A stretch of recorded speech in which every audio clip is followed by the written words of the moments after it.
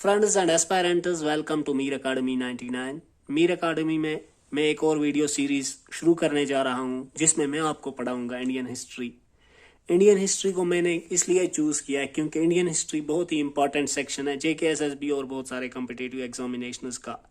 Past में teacher और बहुत सारे एग्जामिनेशंस का पार्ट रही है और अभी आने वाले 4th क्लास एग्जामिनेशन में भी इंडियन हिस्ट्री सिलेबस में मौजूद है और बहुत सारे एग्जाम्स में भी एक्सपेक्टेडली ये ज़रूर होगी इंडियन हिस्ट्री क्योंकि बहुत ज़रूरी है। तो आइए शुरू करते हैं लेसन। तो उससे पहले मैं 2 टिप्स बताना चाहता हूँ आपको वीडियो का। अगर आपको वीडियो की बिट रेट थोड़ी कम लगे, आपको वीडियो साफ तरह से दिखाई ना दे, तो राइट कॉर्नर में ऊपर 3 डॉट जो होते हैं उसमें जाइए ऑप्शंस पे, वहाँ पे क्वालिटी आती है तो क्वालिटी 360 या उससे ऊपर भी आप रख सकते हैं जो क्वालिटी वहाँ अवेलेबल होगी। लेकिन मिनिमम अगर आपको नज़र नहीं आ रहा अच्छी तरह से तो आप 360 क्वालिटी रखिएगा फ्रेंड्स। दूसरा एक और टिप मैं ये बताना चाहता हूँ कि मैं आपके सामने इम्पॉर्टेंट पॉइंट्स जो है वो नोट करूँगा और आपको समझाऊंगा। समझाने के साथ साथ इम्पॉर्टेंट पॉइंट्स आपको मिलेंगे। ये इम्पॉर्टेंट पॉइंट्स आप अपनी नोटबुक में नोट कर सकते हैं ताकि आप रिवाइज कर सके। तो चलिए वीडियो को स्टार्ट करते हैं। जैसा कि फ्रेंड्स हम सब जानते हैं जो इंडियन हिस्ट्री है इसके थ्री सेक्शंस होते हैं, एंशंट इंडिया, मिडवल इंडिया और मॉडर्न इंडिया। लेकिन एंशंट और मिडवल इंडिया जो है वो JKSSB और दूसरे कॉम्पिटेटिव एग्जामिनेशंस में, ऑब्जेक्टिव टाइप एग्जामिनेशंस में वो नहीं आती है। इसमें सिर्फ मॉडर्न इंडिया होती है। तो स्टार्ट करते हैं मॉडर्न इंडिया। मॉडर्न इंडिया में हम कहाँ से स्टार्ट करेंगे? Advent of Europeans. देखिए 15th सेंचुरी में अभी दिल्ली सल्तनत तो ख़त्म हो गई थी लेकिन मुगल्स अभी नहीं आए थे, वो 16th सेंचुरी में आए हैं। तो इसके आसपास ही यूरोपियंस आने लग गए इंडिया। तो हम बढ़ते हैं आगे एडवेंट ऑफ यूरोपियंस की तरफ। उसमें सबसे पहले कौन आया और क्यों आया वो भी हम पढ़ेंगे। देखिए उसके पहले 2 चीज़ें हुई। Decline of Roman empire, 7th century AD में जो रोमन एम्पायर है वो डिक्लाइन हो गया। चूंकि रोमन एम्पायर यूरोप में था, उनकी ट्रेड अच्छी होती थी इंडियंस के साथ, इसलिए इंडियंस का जो डायरेक्ट कांटेक्ट था यूरोप के साथ वो ख़त्म हो गया। उसके बाद एक इम्पॉर्टेंट डेवलपमेंट हुई 1453 में। Ottoman Turks captured Constantinople, Istanbul.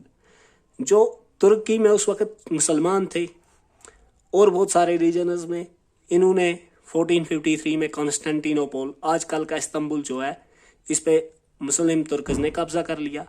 चूँकि यूरोप जो है ये उसका गेटवे तुर्की ही है, तो अब इंडियंस कहाँ से जा पाते? यूरोप। यानी ट्रेड जो है यूरोप और इसके दरमियान, इंडिया के दरमियान, वो ख़त्म हो गई। अब एक रूट था रेड सी ट्रेड रूट, लेकिन उस पे इस्लामिक रूलर्स की मोनोपोली थी, यानी वहाँ पे इस्लामिक रूलर्स उसको कंट्रोल कर रहे थे। वहाँ से यूरोप जो है वो इकोनॉमिकली डेवलप हो रहा था और वहाँ पे मीट सप्लाई जो है वो भी ज़्यादा हो रही थी यूरोप में। तो मीट सप्लाई जो है, मीट के लिए 2 चीज़ें ज़रूरी है। हमारे सर ने भी हमें पोस्ट ग्रेजुएशन के वक्त बताया था कि यूरोप को इंडिया आने की ज़रूरत क्या पड़ी यूरोपियंस को। तो देखिए फ्रेंड्स, मीट में एक और चीज़ है, एक मीट सप्लाई यूरोप में बढ़ गई। कहाँ? क्योंकि वहाँ पे प्रॉस्पर होने लगे लोग, मतलब अमीर होने लग गए, तो मीट सप्लाई बढ़ गई। दूसरा, यूरोप में बहुत सर्दी होती है विंटर में। यूरोप के लोगों के पास चारा नहीं था कैटल के लिए, उन्होंने इन जानवरों को मार के, काट के इनका मीट वो प्रिजर्व करते थे। लेकिन उनको मीट पकाने में के लिए, कुक करने के लिए या प्रिजर्व करने के लिए स्पाइसेस की बहुत ज़रूरत होती है। क्यों? क्योंकि मीट बहुत टाइम तक तो नहीं रह सकेगा ना प्रिजर्वेटिव्स के बगैर, और स्पाइसेस को एज प्रिजर्वेटिव्स यूज़ किया जाता है और एज स्पाइसेस कुकिंग में भी यूज़ करते हैं। और स्पाइसेस बहुत सारे कहाँ बनते हैं? इंडिया में। इसलिए यूरोपियंस थोड़ा मजबूर हो गए कि हम इंडिया कैसे जाएं, कोई अल्टरनेटिव रूट होना चाहिए हमारे पास। एक और चीज़ है, यूरोप प्रॉस्पर हो गया, अमीर हो गया, तो अमीर जो लोग होते हैं उनको लक्जरियस आइटम्स की ज़रूरत होती है। तो जो उन्हें वहाँ यूरोप में डिमांड बढ़ने लग गई ओरिएंटल लक्जरी गुड्स की। ओरिएंटल का माने है ईस्ट, यानी ईस्टर्न लक्जरियस गुड्स की। वो चीज़ें भी कहाँ से जाती? इंडिया और दूसरी ईस्टर्न कंट्रीज से। फ्रेंड्स, यूरोपियन में सबसे पहले इंडिया कौन आया? Portuguese. Prince Henry the navigator. इनका एक प्रिंस था, किसका, पुर्तगीज का। इसको नेविगेटर कहते थे क्योंकि इसको बड़ा शौक था कि मतलब मैं नेविगेट करूं समंदर के रास्ते, सी वोएज पे निकलूं, फिर इंडिया पहुंचूं या कई और कंट्रियों तक पहुंचूं ईस्ट में। इसके बाद सामने दूसरा पॉइंट जो है वो मैंने इस तरह से कुछ लिखा है, Portuguese navigator Bartolomeu Dias rounded Cape of Good Hope Africa in 1487। Portuguese का एक और सेलर था, इसने नेविगेट किया, इसका नाम था Bartolomeu Dias. Cape of Good Hope जो है अफ्रीका में, इसके आसपास इसने चक्कर लगाया 1487 में। ये भी ईस्ट की तरफ आना चाहता था लेकिन इसे कामयाबी नहीं मिली इंडिया आने तक, यानी ये इंडिया नहीं पहुंच सका। फ्रेंड्स बढ़ते हैं आगे। वास्को दा गामा एक और पुर्तगीज सिटीजन था, पुर्तगाल का। इसने मई 1498 में लैंड किया इंडियन सॉइल पे, कालीकत जो जगह है वहां पे, led by Gujarati pilot Abdul Majid. देखिए वास्को दा गामा इंडिया आया, इसने वहां से 3 शिप्स लाए अपने साथ। उनको कौन लीड कर रहा था? गुजराती पायलट जिसका नाम था अब्दुल माजिद। उस वक्त कालीकत का हिंदू रूलर जो था उसका नाम था जैमोरिन। ठीक है, जो वास्को दा गामा है वो 3 महीने यहाँ रहा है और फिर यहाँ से वापस चला गया है। ठीक, तो जब ये यहाँ से वापस जाता है वास्को दा गामा, इसने बहुत सारे कार्गो, बहुत सारी मर्चेंडाइज, यानी इसने यहाँ से बहुत सारी चीजें खरीद के ये वापस गया है साथ लेकर अपने साथ। जो इसके 3 शिप से थे उनमें लेकर गया होगा स्पाइसेस वगैरह, और इसको वहां पे बहुत प्रॉफिट आया है। इस तरह से वहां और बाकी जो पुर्तगीज थे या यूरोपियंस उनको पता ये चला है कि अगर हम मुस्लिम्स को अवॉइड करके, रेड सी ट्रेड रूट या लैंड रूट्स को अवॉइड करके, मुस्लिम कंट्रीज को अवॉइड करके डायरेक्ट ट्रेड करेंगे इंडिया और दूसरी कंट्रीज के साथ, तो फिर कितना हमें फायदा मिलेगा, 10 टाइम्स ज्यादा प्रॉफिट मिलेगा। देखिए सेंचुरीज से जो ट्रेडिंग सिस्टम है इंडियन ओशन में, यहाँ पे बहुत सारे पार्टिसिपेंट्स थे। यानी इंडियन ओशन में कौन ट्रेड कर रहा था उस वक्त? इंडियंस थे, अरब्स थे, अफ्रीकन्स थे, और अगर ईस्ट कोस्ट देखें और फिर चाइनीज, जापानीज वगैरह थे। लेकिन पुर्तगीज ये नहीं चाहता था, वो सारी ईस्टर्न ट्रेड पे कंट्रोल करना चाहता था। वो ये चाहता था कि सारा प्रॉफिट किन को मिले? उनको, यानी पुर्तगीज को। फ्रेंड इसके बाद एक और पुर्तगीज मैन यहाँ पे आया, पेड्रो एल्वारेज कैब्रल इसका नाम था। ये सितंबर 1500 में इंडिया आया। इस्टेब्लिश्ड फैक्ट्री एट कालीकत, ये भी कालीकत में ही आया था और इसने वहां पे एक फैक्ट्री बनाई, उन दिनों की फैक्ट्री। जो ये पुर्तगीज की ये फैक्ट्री थी, इसको अटैक कर दिया। किन ने? यहाँ के लोकल्स ने। फिर जो ये पेड्रो एल्वारेज कैब्रल है ना, इसने बहुत सारे अरब मर्चेंट शिप्स को अपने कब्जे में लिया, शिप्स को सील किया और सैकड़ों लोगों को इसने मार दिया। कालीकत को इसने मतलब बमबारी की। यहाँ पे सीधा मेंशन है कालीकत वाज बम्बार्डेड। फिर इसने कुछ एग्रीमेंट्स, ट्रीटीज, माहिदे किए जो लोकल रूलर्स थे कोचिन और कैनानोर के, उनके साथ। ठीक है, इसके बाद जो वास्को दा गामा है वो 1501 में दोबारा इंडिया आता है। फिर फैक्ट्रीज वो इस्टेब्लिश करता है, कहाँ पे? कैनानोर में। ठीक, और आहिस्ता आहिस्ता कालीकत, कैनानोर और कोचीन जो है ये इंपॉर्टेंट ट्रेड सेंटर्स बन गए पुर्तगीज के। पुर्तगीज ने इनको फोर्टिफाई करने के लिए, इन फैक्ट्रीज के बाहर किले लगाने के लिए मतलब परमिशन भी ली इंडियन रूलर्स से, और इन फैक्ट्रीज को फोर्टिफाई किया। यानी किले ऐसे तो नहीं लगाए होंगे, फिर फौजी भी रखे होंगे अपने इन फैक्ट्रीज की हिफाजत के लिए। फ्रेंड्स इसके बाद एक और Portuguese man Francisco de Almeida यहाँ आया, लेकिन ये अब डिफरेंट तरीके पे यहाँ आया। इसको जितने भी पुर्तगीज के यहाँ पे सेटलमेंट्स थे, उनके जेर कब्जा इलाके थे या फैक्ट्रीज थी, इलाके तो अभी उनके जेर कब्जा उतने नहीं थे, लेकिन फैक्ट्रीज, उनका गवर्नर बना के पुर्तगीज की गवर्नमेंट ने फ्रांसिस्को डी अल्मीडा को भेजा 1505 में। यानी ये पहला गवर्नर था पुर्तगीज का इंडिया में। लेकिन क्या होता है, इसको बोला जाता है वहां पे फ्रांसिस्को डी अल्मीडा को पुर्तगीज में कि आप इंडिया जाओ, वहां पे अपनी पोजीशन कंसोलिडेट करो, अपनी पोजीशन स्ट्रांग करो। आपको जो मुस्लिम ट्रेड है उसको खत्म करना है। आपको जो वो इलाके भी इंडिया के आसपास है, जैसे एडन, ओरमुज और मलाका, इन इलाकों को आपको सीज करना है और आपको फोर्ट्रेसेस बनाने हैं, किले। कहाँ पे? अंजा दीवा, कोचिन, कैनानोर और किलवा कुछ प्लेसेस है वहां पे। लेकिन इसको अपोजिशन हुई यहाँ से, जो हमने बोला था जैमोरिन था कालीकट का रूलर, एक उसने अपोजिशन की और जो इजिप्ट का ममलूक सुल्तान था, क्योंकि इजिप्ट वाले भी उस दिन इंडिया से ट्रेड करते थे, तो इनसे इसको अपोजिशन हो गई। 1507 में क्या हुआ, पुर्तगीज को हराया गया इजिप्ट और गुजरात की नेवीज ने। ये नेवल बैटल थी, यानी ये बैटल कहाँ पे हुई, समंदर में। इस बैटल में इजिप्ट और गुजराती नेवीज ने मिलकर पुर्तगीज को हरा दिया 1507 में। Almeida son was killed, Almeida का बेटा इस जंग में मर गया। But Almeida gave them defeat in 1508, लेकिन दूसरे ही साल 1508 में ही गुजराती और इजिप्ट की जो नेवी है उनको पुर्तगीज ने हरा दिया। तो एक और चीज है, ये बैटल कहाँ पे हुई थी, ये ड्यू जो इलाका है ना, DIU, ड्यू, उसके नजदीक, मगर हुई थी समंदर में, ये 1507 वाली बैटल। तो अल्मीडा जो है, इसने एक पॉलिसी यूज की, ब्लू वाटर पॉलिसी और कॉटेज सिस्टम। तो इस पॉलिसी में किसी भी जहाज को अपने ज़ेरे असर इलाके से गुजरने के लिए एक किस्म का पास देते थे, यानी लाइसेंस, और उस लाइसेंस के बगैर जहाज तो गुजर नहीं सकते होंगे। चलिए आगे बढ़ते हैं। फ्रांसिस्को डी अल्मीडा के बाद अल्फोंसो डी अल्बुकर्क को नेक्स्ट गवर्नर, यानी दूसरा गवर्नर बनाकर भेजा गया पुर्तगीज से, इंडियन जो उनके पोजेशनर्स थे, सेटलमेंट्स थे, उनके लिए। जो अल्फोंसो डी अल्बुकर्क है, इसको रियल फाउंडर माना जाता है पुर्तगीज पावर के लिए, पुर्तगीज पावर इन ईस्ट।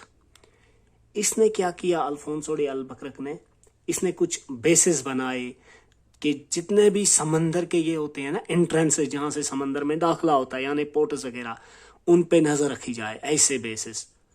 और इसके ज़माने में क्या हुआ, पुर्तगीज के कुछ स्ट्रांग होल्डर्स बने कुछ इलाके, जैसे in East Africa, off the Red Sea के आसपास, at Ormuz, in Malabar and at Malacca. यानी सिर्फ इंडिया के आसपास ही नहीं, इंडियन कोस्ट के, बल्कि अफ्रीका से इंडिया तक लेकर जितने भी बीच में अरब कंट्रीज वगैरह है, यहाँ पे भी जितने भी समंदरी रास्ते थे वगैरह, उन पे इसने स्ट्रांग होल्डर्स बनाए, ताकि समंदरी पोर्ट्स वगैरह जहाँ से लैंड और समंदर मिलता है, जहाँ से लैंड से समंदर में दाखिल होते हैं या समंदर से लैंड पे दाखिल होते हैं, वहाँ पे इनकी नज़र रहे कि कौन कहाँ जाता है, कौन कहाँ से आता है।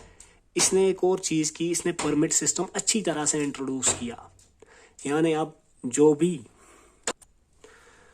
इनके इलाकों से गुजरेगा, इनके समंदर के कंट्रोल किए जाने वाले इलाकों से जो भी शिप्स गुजरेंगे, उनको परमिट लेना जरूरी है। एक्वायर्ड गोवा इन 1510, इसने गोवा को 1510 में हासिल कर लिया, उस पर कब्जा कर लिया। किससे, जो बीजापुर का सुल्तान था, उसका कंट्रोल था गोवा पे, लेकिन उससे अल्फोंसो डी अल्बुकर्क ने गोवा को वापस ले लिया, अपने कब्जे में ले लिया। Introducer tobacco and cashew nut, इसी जमाने में, इसके दौर में, अल्फोंसो डी अल्बुकर्क के दौर में, जो पुर्तगीज है उन्होंने यहाँ पे दो नए क्रॉप शुरू किए, टोबैको और कैश्यू नट। और जो ये अल्फोंसो डी अल्बुकर्क था, इसने जितने भी पुर्तगीज इंडिया में रह रहे थे, इसने उनको एनकरेज किया कि आप लोकल वाइव्स, यानी लोकली यहाँ शादी करें इंडिया में।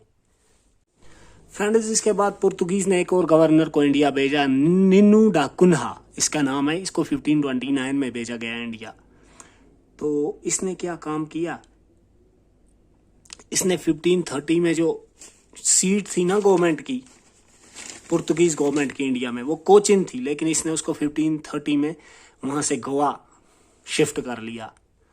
इसने एक और काम भी किया, आइलैंड है बसीन का आइलैंड, वो इसने हासिल किया 1534 में। किससे, गुजरात का एक रूलर था बहादुर शाह, और उस रूलर को इसने दो तीन साल के बाद 34 के बाद 37 में मार दिया। इसने एक और काम भी किया, इसने पुर्तगीज नेशनलिस्ट जो थे ना, पुर्तगीज के लोग, उनको हुगली में सेटअप किया, यानी बंगाल में, कि ताकि वहाँ पे भी पुर्तगीज की इन्फ्लुएंस बढ़े, और उनका हेडक्वार्टर हुगली रहा। ये एक इलाका है बंगाल में। एक और काम भी हुआ, देखिए उस वक्त जो कंडीशंस थी पुर्तगीज के लिए, वो फेवरेबल थी। क्योंकि कोई रूलर ही नहीं था इंडिया में उतना पावरफुल, सिर्फ एक्सेप्ट एक रूलर था, महमूद बिगारा, जिसका रूल कब से हुआ, जिसकी एज यहाँ पे लिखी गई है 1458 से लेकर 1511 तक ये जिंदा रहा है, महमूद बिगारा। इसके बगैर नॉर्थ इंडिया में कोई रूलर ही नहीं था पावरफुल जो पुर्तगीज को यहाँ से रेजिस्ट करता है। ऐसे ही अरब मर्चेंट्स भी ऑर्गेनाइजेशन और यूनिटी में पुर्तगीज के बराबर ही नहीं थे। वो पुर्तगीज का मुकाबला ही नहीं कर सकते थे, वो उनके साथ मैच ही नहीं कर सकते थे, क्योंकि पुर्तगीज जो है ये इतने ऑर्गेनाइजर थे और इतने मतलब इनमें यूनिटी थी, इसलिए पुर्तगीज के लिए कंडीशंस फेवरेबल थी। वो अच्छी तरह से बहुत सारे इलाकों पे कब्जा कर सकते थे और उन्होंने किया भी वही। अब नेक्स्ट सब टॉपिक है फ्रेंड्स यहाँ पे पुर्तगीज स्टेट। इनकी स्टेट यहाँ पे कैसी थी, जो इनके ज़ेर असर इलाके थे, जो इनके कंट्रोल में इलाके थे। पहले तो मैनी कोस्टल एरियाज एक्वायर्ड, इन्होंने बहुत सारे कोस्टल एरियाज, मगर समंदर के किनारे, क्योंकि ये आए समंदर से ही थे, इन्होंने बहुत सारे एरिया समंदर के किनारे इंडियन एरियाज हिंदुस्तानी इलाकों को कब्जे में लिया था।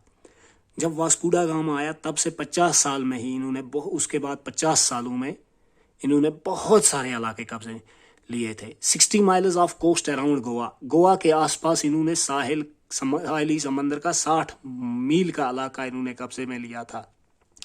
अब हम चलते हैं वेस्ट कोस्ट की तरफ। मुंबई से लेकर दमन एंड दीव से लेकर फिर गुजरात तक they controlled a narrow tract with 4 important ports and hundreds of towns and villages. यहाँ इन्होंने एक नैरो ट्रैक्ट कोस्टल एरिया में छोटा छोटा मतलब इलाका, लेकिन एक लंबा इलाका अपने कब्जे में लिया था, जिसमें 4 इंपॉर्टेंट पोर्ट होते हैं। जो पोर्ट होता है ना समंदरी बंदर का, इंपॉर्टेंट होती है क्योंकि यहाँ से बाहर भी माल जाता है, बाहर का माल भी जो मतलब ट्रेड मर्चेंडाइज यहीं आता है वापस, बाहर का माल भी। और यहाँ पे रेवेन्यू का मसला होता है, प्रॉफिट का मसला। तो वो 4 पोर्ट इस इलाके में, ये वेस्ट कोस्ट में अपने कंट्रोल में लिए हुए थे और सैकड़ों गांव और कस्बे इनके कब्जे में थे। फ्रेंड्स साउथ इंडिया की तरफ बढ़ते हैं। इन साउथ है chain of sea port fortresses and trading posts like Mangalore, Cannanore, Cochin and Calicut were under control. South India इन्होंने बहुत सारे सी पोर्ट फोर्ट्रेसेस और ट्रेडिंग पोस्ट्स को, सी पोर्ट फोर्ट्रेस होता है ऐसा पोर्ट जिसको बाहर से किले की सूरत में वो बंद किया गया, और ट्रेडिंग पोस्ट होता है जहां पे ये तिजारत करते हैं, जैसे मंगलोर, कैनानौर, कोचिन, कालीकट, ये इनके कब्जे में थे। इसके अलावा और कुछ सेटलमेंट जहां पे चाहे इन्होंने पुर्तगीज को बसाया था वहां के लोगों को, या वहां के लोग तिजारत या बाकी एक्टिविटीज कर रहे थे। चेन्नई, नागापट्टनम और हुगली, या वेस्ट बंगाल में है हुगली, तो इन इलाकों में भी इनके बहुत सारे सेटलमेंट्स थे। और इनकी इंपॉर्टेंस कितनी थी, पुर्तगीज जो इंडिया में थे उस वक्त, ये एनवाइज और एम्बेसडर्स अपने सफीर भेज रहे थे गोवा में, गोवा स्टेट में, और दूसरे जो किंगडम्स थे, दूसरे जो इंडिया के रीजनल बहुत सारे बादशाह थे उस वक्त, उनको अपने सफीर भेज रहे थे। यानी इनके सफारती ताल्लुकात थे इंडियन रूलर्स के साथ। यानी अब आप खुद ही अंदाजा लगाएं कि ये कितने पावरफुल थे पुर्तगीज उस वक्त इंडिया में। यानी पुर्तगीज जो थे ये वो बहुत ही मतलब इनकी पोजीशन यहाँ पे स्ट्रांग थी इंडिया में। First Europeans to come to India were also lost to this land. Portuguese पहले यूरोपियन नेशन है जो इंडिया आई, लेकिन ये सबसे आखिर में गए, क्योंकि बीच में इनका डिक्लाइन तो हो गया था बड़ी हद तक, लेकिन छोटे छोटे इलाकों पे इनका कब्जा रह गया। इन 1961 government of India recaptured Goa, Daman and Diu from them.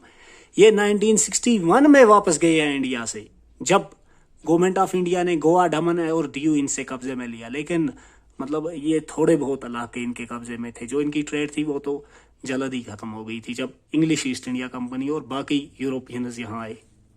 Friends बढ़ते हैं नेक्स्ट सब टॉपिक की तरफ, जो है Portuguese administration in India. Portuguese के जेर असर इनके कंट्रोल वाले इलाकों में एडमिनिस्ट्रेशन कैसी थी।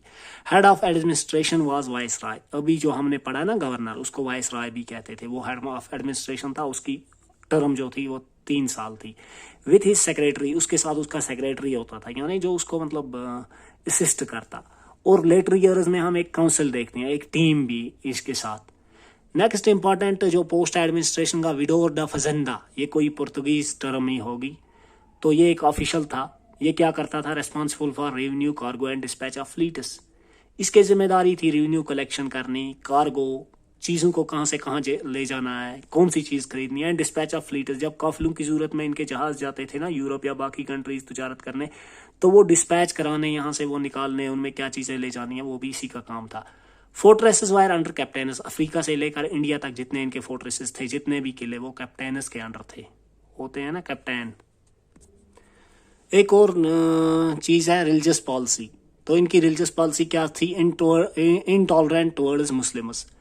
मुसलमानों के साथ के इनटॉलरेंट ही थे पहले से ही, इनको नहीं बख्शते थे, क्योंकि मुसलमानों की उस वक्त बहुत सारे इलाकों पे हुकूमत थी। मुसलमान उस वक्त इंडिया के साथ ट्रेड कर रहे थे। अरब मर्चेंट्स, इजिप्ट के मर्चेंट्स, बाकी मिडल ईस्ट और अफ्रीका के बहुत सारे मर्चेंट्स यूरोप तक ट्रेड वही कर रहे थे, और यहाँ से इंडिया ईस्ट तक।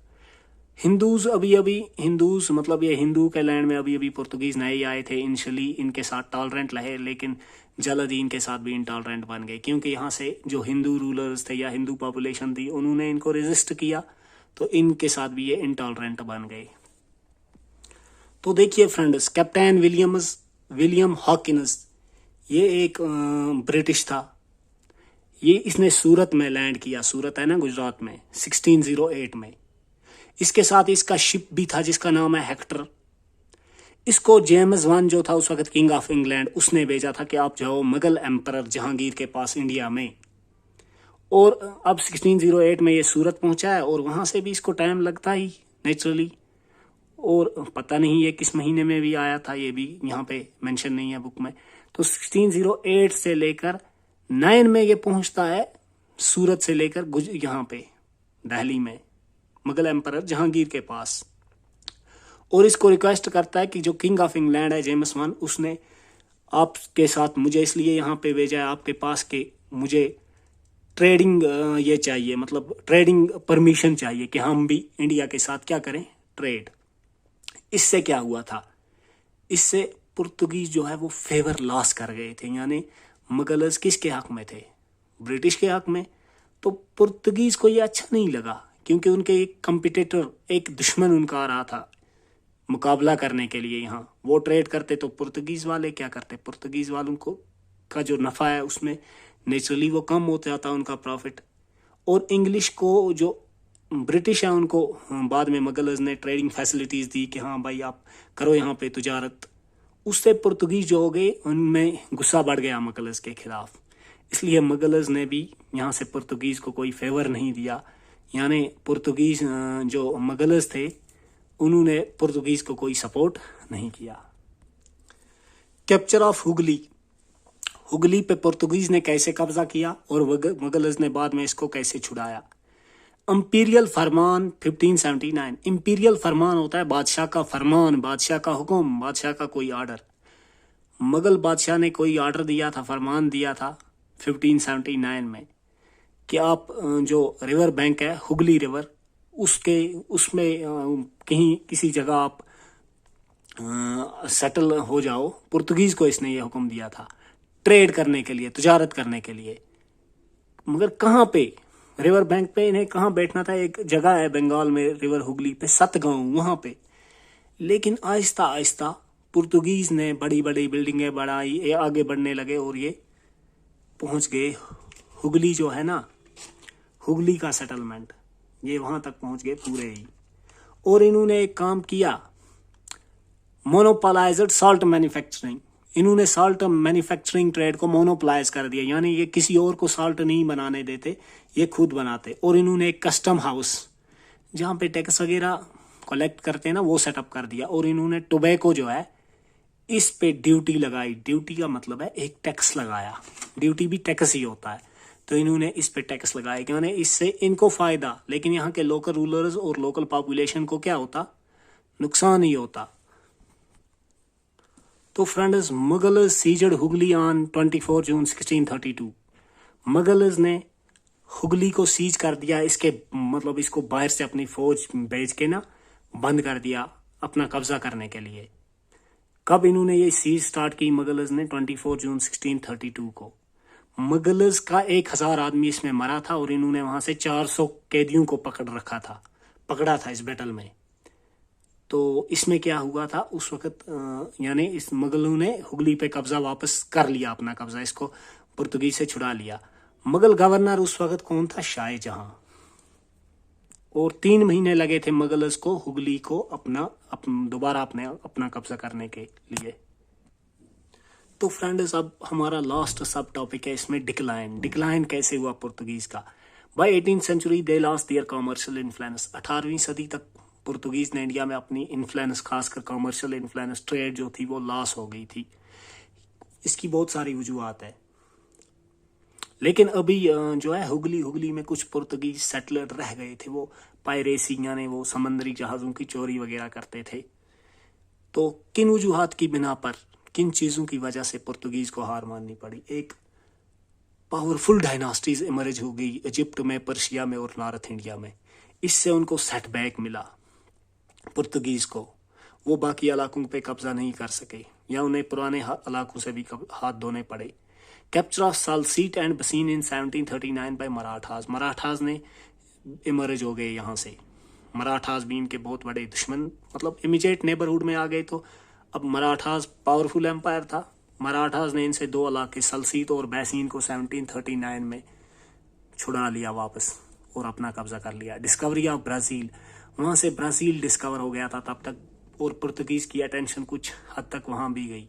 Spice trade came under Dutch control, जो स्पाइस ट्रेड थी इंडिया की, तब तक डच भी आ गया था इंडिया में, तो ये डच कंट्रोल में चली गई। इमरजेंस ऑफ मराठास, और मराठास ने भी इनको बहुत ही बड़ी टक्कर दी क्योंकि इनके इमीडिएट नेबरहुड में हुकूमत में आ गए थे, एक पावरफुल गवर्नमेंट में आ गए थे।